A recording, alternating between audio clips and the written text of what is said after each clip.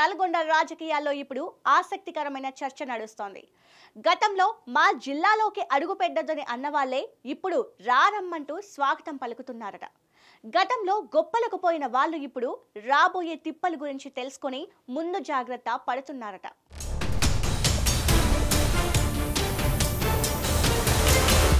తెలంగాణ ముఖ్యమంత్రి హోదాలో రేవంత్ రెడ్డి ఉమ్మడి నల్గొండ జిల్లాలో నిర్వహిస్తున్న పర్యటనలు జిల్లాలో హాట్ టాపిక్ గా మారాయి. గడిచిన ఏడాది కాలంగా సీఎం రేవంత్ రెడ్డి వరుస పర్యటనలతో ఉమ్మడి నల్గొండ జిల్లాను చుట్టేస్తున్నారు. యాదాద్రి జిల్లా ఆలేరు నియోజకవర్గానికి ఏకంగా 3 సార్లు వచ్చి వెళ్లారు. మూసి పునరుజ్జీవం కోసం భువనగిరి సెగ్మెంట్ లో నిర్వహించిన భారీ బహిరంగ సభకు అటెండ్ అయ్యారు. మెడికల్ కాలేజీ ప్రారంభోత్సవం కోసం జిల్లా మంత్రి కోమటిరెడ్డి వెంకటరెడ్డి ప్రాతినిధ్యం వహిస్తున్న నల్గొండకు వెళ్లారు. యాదాద్రి థర్మల్ పవర్ ప్లాంట్ లోని ఒక యూనిట్ ప్రారంభించేందుకు మిర్యాలగూడ నియోజకవర్గానికి వెళ్లారు.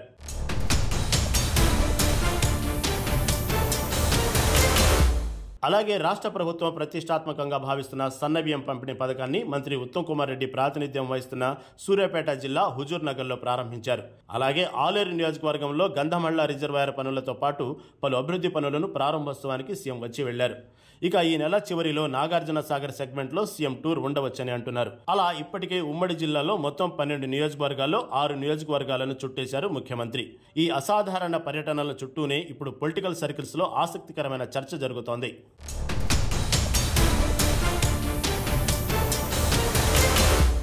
రాజకీయాలను నిశ్చితంగా పరిశీలించే వారికి ఓ మార్పు స్పష్టంగా కనిపిస్తుంది.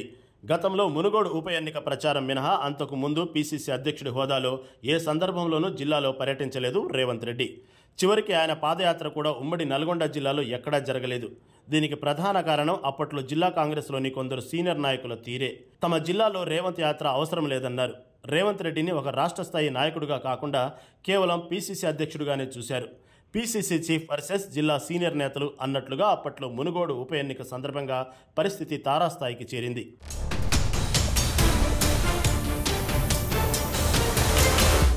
అయితే అధికారం మారిన తర్వాత సీన్ పూర్తిగా మారిపోయింది.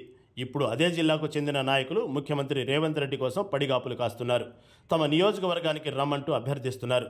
సీఎం గ్రీన్ సిగ్నల్ ఇస్తే చాలు సీనియర్లతో సంబంధం లేకుండానే తమ నియోజకవర్గంలో భారీ బహిరంగ సభలకు పలువురు ఎమ్మెల్యేలు సిద్ధమవుతున్నట్టు జిల్లాలో ప్రచారం జరుగుతుంది.